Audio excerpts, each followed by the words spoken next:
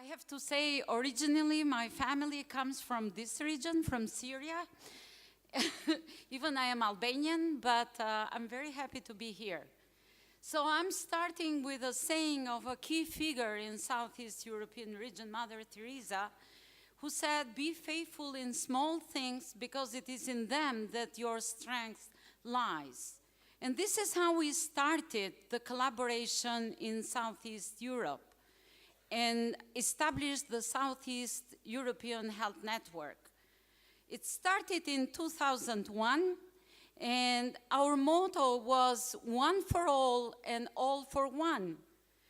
And this network was a cooperation among countries in the region like Albania, Bosnia and Herzegovina, Bulgaria, Croatia, Macedonia, Montenegro, Moldova, Romania, and Serbia. When we started, we didn't have countries joining the European Union, but then we have countries like Romania and Bulgaria joining first, and recently Croatia. So we work together on this journey. And every country in the region was assigned to lead one of the public health regional priorities. So we started with the Dubrovnik Pledge, and it was based on an initiative which was called Stability Pact. And the Stability Pact came after a decade of conflicts, humanitarian emergencies, and a lot of problems in our region. And the Dubrovnik Pledge was reconciliation, peace, and stability. And then we moved forward to sustainability and to reforming the whole network and establish regional development centers. So from an emergency side, we went to a development side. And I have to say, this was the first network which was led by the countries and was the first network which was considered one of the most successful, because during the discussions within the Stability Pact, public health was considered the most reconciliatory issue to bring social cohesion and well-being of the citizen of the countries.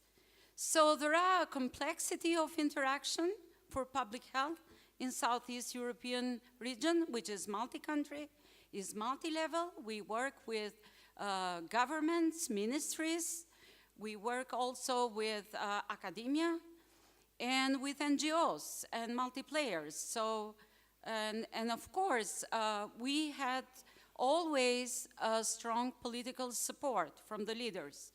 And within this initiative, as every country took a leadership for an issue which was considered a priority in Southeast European region, Albania was leading communicable surveillance and control in the countries. So we took a regional role, and we started to connect experts with each other.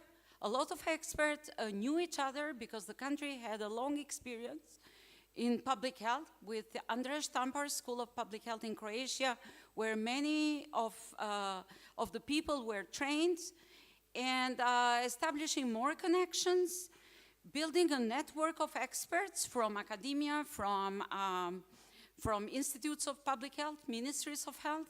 We started as a health network, and then we established the Regional Development Center in Tirana near the Institute of Public Health, with the support of government of Albania, but also with the support of the government of 10 countries. And then we extended our collaboration for One Health with the ministries of agriculture, veterinary institutes, universities, researchers in environmental health, and other professional organizations. And this is how our mapping looks when we did the mapping for all organizations that we are working within the countries. And of course, our region is small, but also it's a global hotspot for epidemic threats. So it's important to work together. And I put this slide because this was one of my first slides, but as you see, one of the challenges we identified in the beginning, 2001 to 2005, was training in applied epidemiology. And we thought that we didn't have enough capacities. After a WHO conference in Grotta Ferrata about surveillance systems in Eastern European countries, that we didn't have enough capacities. And we were thankful to French government and to USAID, who supported some key experts to be trained in applied epi introductory courses. And, but now we have MediPIET that this is why I put it here, because it's so important. And also this was one of the challenges, inadequate human resources, but also we identified that we didn't have enough resources related to technology and budget for controlling outbreaks and pandemics, because we speak, but when it comes to operational in the field, we sometimes lack budgeting and a small thing. And also, we lacked effective surveillance systems to rapidly detect diseases. So we had the traditional systems, and we didn't have any One Health surveillance and response to such events and outbreaks. And also, we have a lot of other obstacles, especially related to laboratory detection and diagnostics. And also, we had a lot of human and migration challenges following all the problems we had in the region. So our center, which is after the network of experts, has some strategic priorities and key strategies that is working. And one of them is improving capacities and capabilities, because it's not enough to have capacities. You need capabilities. And a One Health approach, I said we started like health network, but we're going through One Health approach, promoting innovation because new technologies are in place and the surveillance cannot work with all methods. We are faster on detection if we use new technologies, and building sustainability in the countries after the actions, and build new partnership, because with new partnership we going further and together. So this is our mission. And also, apart from being within Southeast Health Network, all networks in the region, ICFnet is not there, but MESID is there. And I met Dr. Abdil here, so I'm very happy. I have a colleague. So all networks in the world, we saw that we shared a lot of initiatives and a lot of problems together. So all these networks were connected and formed CORDS, which is Connecting Organization for Regional Disease Surveillance Network. And CORDS coordinates the initiatives among different networks, and we learn from each other. We know what each other is doing. So last week, I was with two other colleagues from the region in Cambodia to learn from MBDS about time to detect and time to respond measurement, and how they were working, measuring, and using new digitalized methods. And also we worked together with Jordan and Pakistan to identify gaps in Leishmania disease control and others. So we learning, and also some weeks ago, together with APIR, countries worked together to identify the priorities together with WHO related to Zika response, but also to vector-borne diseases, etc., and new methods and new technologies in the. So this is the CORDS mission: to detect next pandemic earlier, communicate earlier, report earlier, to share protocols and test earlier. So all of you can be part of the CORD, and you can be registered in the website of CORDS. So, and the CORDS concept is from surveillance to intelligence. that we are trying to absorb this idea. So, because early communication and early detection is the key. And there are challenges for acting faster, for earlier, and acting smarter. So One Health concept is one of the concepts of our network, and we are trying to imply it in surveillance, preparedness and response, integration, collaboration, and implementation. So, because we wanted together as a region to develop rational and targeted disease control programs. And by working together, we have been working step by step. So trust and credibility was the first step to build among us in the health network. And now we are trying to build this trust and credibility among one health network with other sectors. So we have worked even before for avian influenza through different meetings and through our preparation for avian influenza. But we have identified more about cross-border collaboration. So we organized an expert group meeting about assessment and mitigation of zoonosis in Southeast Europe, together with WHO, EA, and FAO. And we saw to develop an engagement strategy for all key stakeholders to mitigate zoonosis.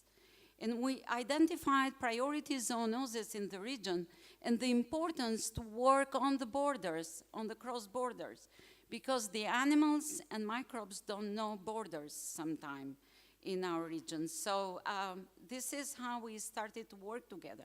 And after that, we organized cross-border workshops which identified people from bordering areas, epidemiologists and public health professionals that work on the borders, because sometimes the message does not pass very immediately. So we would like to involve not just the people from the top level, but also the people who are working on the ground. So different workshops and different strategies were prepared about cross-border, and we came about building cross-border standardized outbreak investigating procedures, because most of the countries in our region are not EU. EU is working with cross-border directive, and we have been using the cross-border directive, how to use this directive, because some of us are accession countries, and how to use the directive and also the legal framework, but also the community work that we are doing together in terms to exchange the information, but also to act immediately and test the plan through cross-border exercises that we are going to do in January and February. And also, we spoke a lot about mapping transboundary of endemic foci, and we are working on that right now. And we also took an action about leishmaniasis, because some countries in the region, leishmaniasis was a public health priority. And leishmaniasis was a good subject to work across the regions with MESIDs that comprise Jordan, Israel, and Palestine.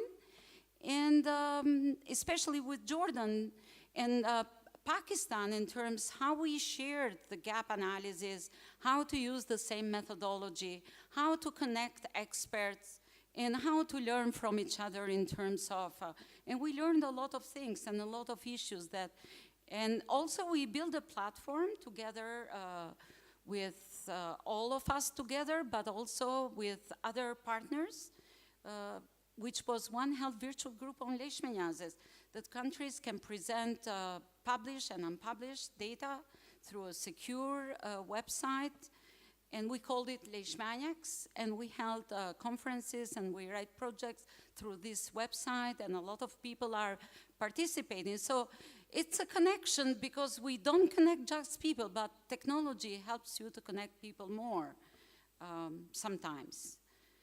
So this was a very novel approach, which was groups focusing on vector control, on epidemiology, on project and fundraising, etc. So, and we assessed how the platform is working time after time, and we assess our work.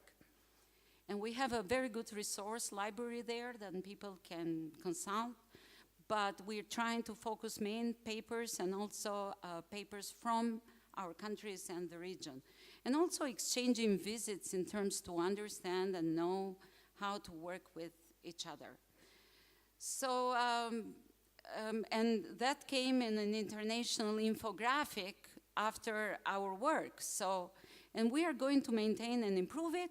And a lot of discussion happened a month ago when we discussed how to use the platform to extend it to other vector-borne and zoonotic diseases, even Zika, brucellosis, CCHF, West Nile, and hantaviruses, which are diseases of priority in the region, and create a dashboard for published and unpublished data.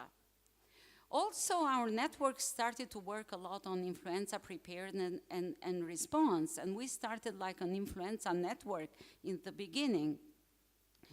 And through this network, we promoted use of novel technologies, and for us, back 10 years ago, using the PCR was a novel technology. But pandemic found countries prepared in terms of using molecular diagnostics. So all these efforts had paid off. And also within this initiative, first step of this initiative, we had a lot of support for the countries that were very a step before the others, like Cantacuzino Institute in Romania, or Torlak in Serbia. So we worked a lot with those countries to play the mentorship at that time and involve the experts from the region. So, but we are doing further novel surveillance, improving sentinel surveillance, and improving diagnostic capacities furthermore, not just for influenza, but also for other respiratory viruses, including MERS, and also increase capacities on outbreak investigation and revise pandemic preparedness step by step by testing the steps. And I am very happy to say that last week, Montenegro was recognized as an NIC, National Influenza Center, from WHO, and this will be followed by Macedonia and Bosnia, and all those were efforts that we were very proud of that, and from our supportive, from technical side, but also from funding side, like US CDC, but also WHO Euro, and we had a very good collaboration with ECDC. And also establishing new surveillance, sentinel surveillance, like SARI surveillance, ELI surveillance in different countries, and improve the quality of surveillance in the other countries. And use SARI surveillance not just for influenza, but for other respiratory viruses, so, which is paying off. Also, other gains is improvement in quality assurance and biosafety and biosecurity in the labs or laboratory through a very strong cross-border collaboration and mentorship program. So we used experts from the region and twined them with experts from American Public Health Association and US CDC and also WHO. And also a lot of countries now are publishing their data to Flu News Europe, which is the joint platform. And we could see SARI data from different countries, and we could see Sentinel data that we couldn't see 3 years ago. And this came from a good collaboration with ECDC and WHO Euro. Also, we are now on the evaluating disease burden and surveillance system through cross-border collaboration. So the disease burden related to influenza and respiratory viruses, but also within 2 months we evaluate our surveillance systems, effectiveness of the system, of SARI, ELI, and we'll have another mentorship program that I think all fellows here can participate in this one, together with experts from WHO, from CDC and ECDC related to that. So let's use some of the opportunities of working in the region, that fellows working in the region can contribute on that. The other one is we have a lot of discussion on building a rapid alert platform for Southeast European funds to prevent and mitigate cross-border public health threats and emergencies.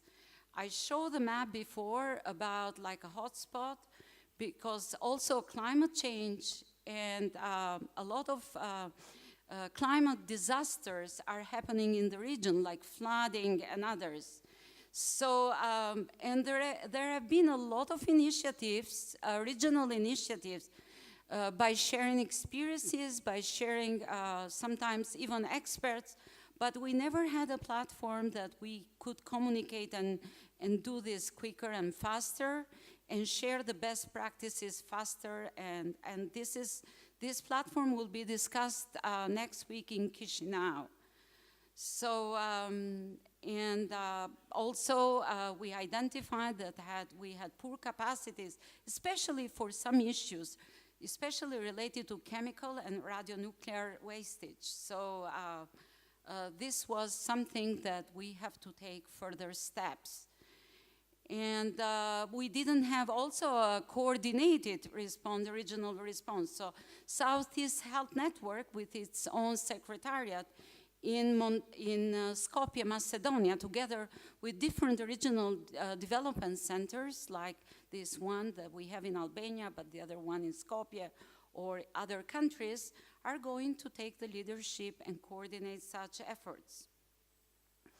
And this is how the emergency hub could be looked. And we have a roadmap for that, and I cannot present the feasibility study, but I can say that after the SWOT analysis and feasibility study, we identified all pitfalls and all gaps that we have here. Because many people said we have IHR, we have different platforms, etc. But when it comes for immediate action, there is no action. And then we want to step with that. And of course, we are going to harmonize this with EU and global treaty standards. And this will impact for other regional and national countries.